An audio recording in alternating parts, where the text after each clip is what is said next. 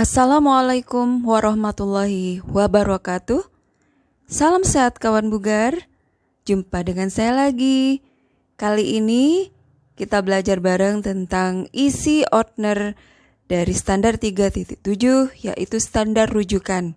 Bagaimana menatanya urut sesuai sistem. Bagaimana akan saya jelaskan di sini, kita belajar bareng.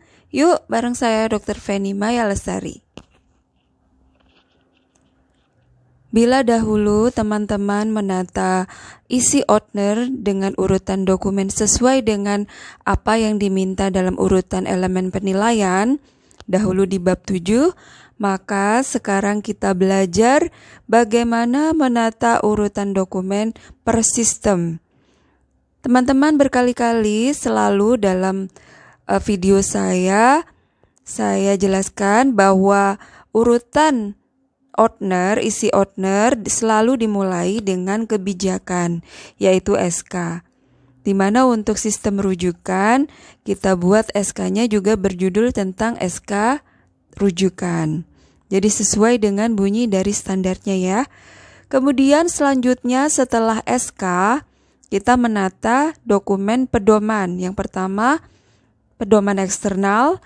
Yang kita pakai untuk rujukan yaitu Kepmenkes nomor 1186 tahun 2022 tentang panduan praktik klinis bagi dokter di FKTP.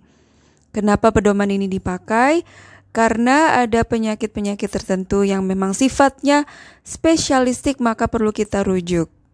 Dan ada penyakit yaitu 144 diagnosa yang non-spesialistik yang bisa kita tangani di puskesmas. Kemudian untuk rujukan sendiri kita memakai pedoman sistem rujukan terintegrasi yaitu SISRUTE dan sistem rujukan nasional pedoman dari Kementerian Kesehatan tahun 2012.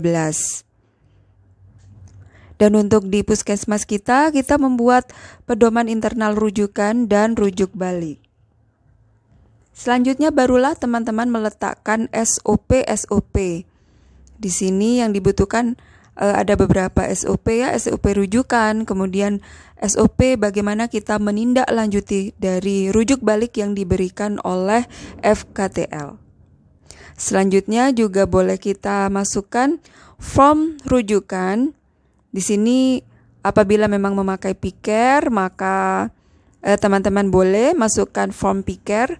Kemudian untuk rujukan umum yang dimiliki oleh puskesmas, standar dari Dinas Kesehatan Kabupaten masing-masing boleh juga dimasukkan.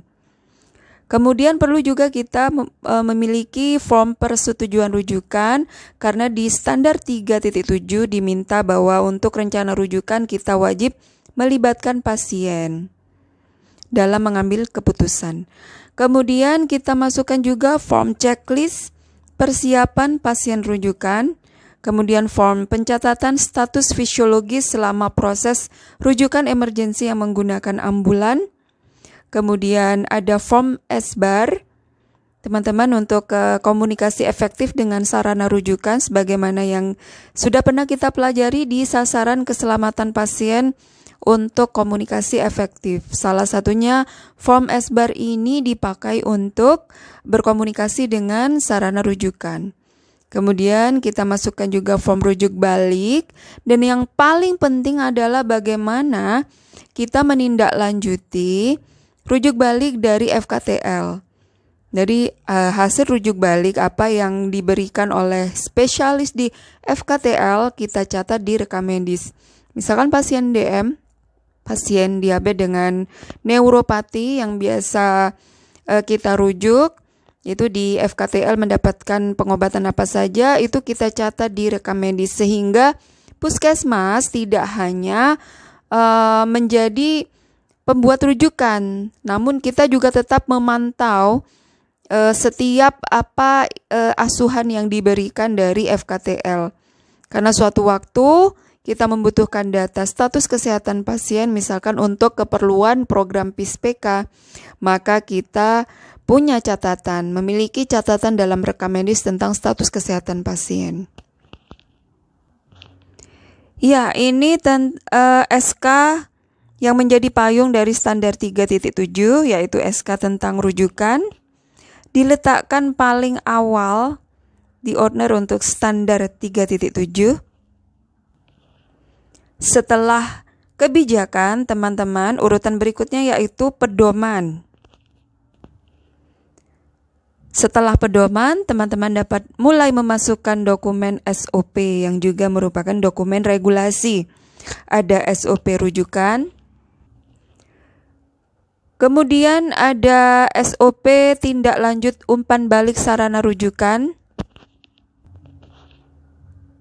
SOP rujukan pasien emergensi di sini mirip dengan yang diminta di standar 3.3, yaitu pelayanan kegawat daruratan. Kemudian kita perlu untuk membuat SOP pengisian sysrute, SOP pembuatan rujukan PICARE, dan perlu juga kita membuat form surat persetujuan rujukan sebagaimana yang diminta dalam standar 3.7, yaitu dalam elemen penilaian bahwa perlu untuk melibatkan pasien dan keluarganya dalam hal rujukan. Kemudian di sini juga dapat kita masukkan checklist persiapan pasien rujukan sehingga harapannya proses rujukan dapat berjalan dengan lancar.